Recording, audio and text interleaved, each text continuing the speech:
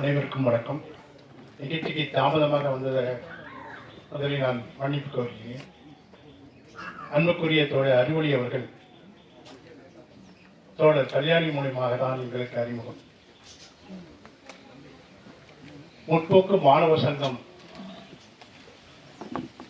தொடங்கிய போது அதனோடு இணைந்து செயல்பட்டவர்களில் தோழர்களில் அறிவொளியும் ஒருவர். அவரோடு இணைந்து செயல்பட்டோம்.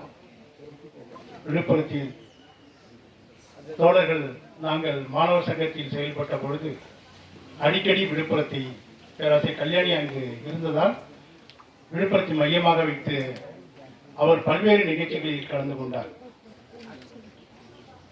அவர் ஏந்திய ஆயுதம் அறிவாயுதம் புத்தகங்கள் தான். ஆயுத புரட்சியின் ஆதரவாளராக அரசியல் ரீதியாக அவர் அறிவித்துக் கொண்டாலும் அவர் ஏந்திய ஆயுதம் அறிவாயுதம் புத்தகங்கள் தான். இதை படித்தீர்களா, அதை படித்தீர்களா, இது வெளிவந்துள்ளது உங்களுக்கு வேண்டுமா என்பதுதான் அவருக்கும் எங்களுக்குமான ஒரு தொடர்பு என்பது நீடித்து இருந்தது. இப்பொழுது தோழர் மக்கள் அதிகாரம் தோழர்கள் குறிப்பிட்டார்கள். நாம் ஆளும் வர்க்கத்தை மாற்றுவதற்கான அமைப்பை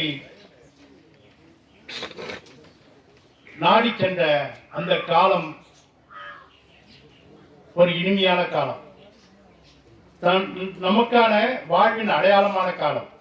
ஆனால் இன்று நம்மளுடைய வர்க்க சார்பான அதிகாரத்தை எதிர்த்தது என்ற நிலையில் மட்டும்தான் நம்மளை அடையாளப்படுத்திக் கொண்டிருக்கின்றோம். அதற்காக நாம் மிகவும் வருந்தக்கூடிய சூழலில் இருக்கின்றோம். ஏனென்றால் அதிகாரத்தை மாற்றக்கூடிய அமைப்பாக எந்த இயக்கங்கள் மீது நம்பிக்கை வைத்து செயல்பட்டோமோ அந்த இயக்கத்தோடு நம்மால் தொடர்ந்து செல்ல முடியவில்லை என்ற ஒரு காரணமும், அந்த இயக்கம் மக்கள் தொடர்பு அமைப்புகளை, மக்கள் திரள் அமைப்புகளை கையாளும் விதத்தில் ஏற்பட்ட தோல்வியும், இது போன்ற சூழல்கள் நம்மளை ஒவ்வொரு வர்க்க சார்பு நிலைக்கு தள்ளிவிட்டுள்ளது. அதனால்தான் சமூக மாற்றத்துக்கான வர்க்க சார்பு அமைப்புகள் உறுதிப்பட வேண்டும்.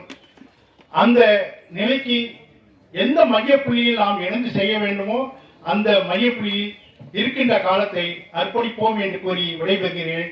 தோழர் அறிவொளியை நினைத்தால் எனக்கு மிகுந்த ஒரு ஆச்சரியமானது.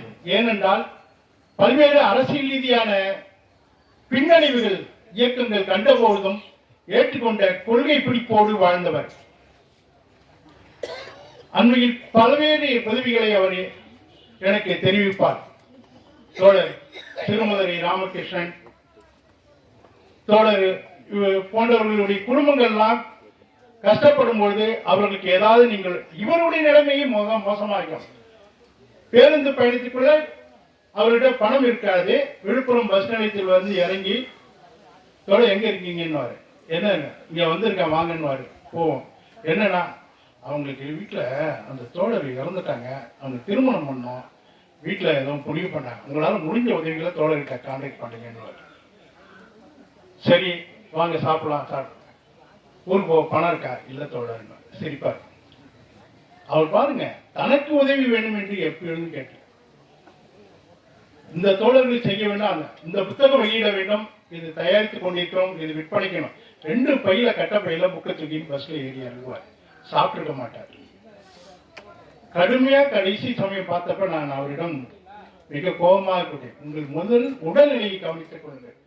சமூக அறிவியலை ஏற்றுக்கொண்ட அரசியலை கடைபிடிப்பீர்களா? நீங்க உங்க உடம்ப பார்த்துங்க. உங்களுக்கு பார்ட் டைம் ஜாப் ஏதாவது ஒன்று பார்த்துங்க. உங்களுடைய வருமானத்தை இழந்து விடாது. உங்களுடைய அரசியல் சிந்தனை தொடர்ந்து செயல்படுங்க. பின்னடைவெல்லாம் உங்களை நான் வற்புறுத்தவில்லை. அமைப்பே இல்லை, முழுநேர பணி என்பது அரசியல் பணியாக எப்படி நீங்க தொடர்கிறீங்க? அதனால் நீங்கள் சில வேலையை பிரித்து உங்கள் உடல்நலம் பார்த்துக் கொள்ளுங்கள். வாழ்க்கையை அர்ப்பணித்து விட்டீர்கள், அதனால் நீங்கள் அறிவுபூர்வமாக செயல்படுங்கள் என்று அவரிடம் முரண்பட்டு சண்டை போட்டு ஒரு 2 நாள் கழித்து தொடர்ந்து விவசாய பணியில் இறங்கி செயல்படலாம் என்று நினைக்கின்றேன், விதைக்கப் போகின்றேன் அப்படின்று தகவலை சொன்னார். அதனால் நாங்கள்லாம் ஏதோ இடைநிலையோடு எங்களுடைய அரசியலை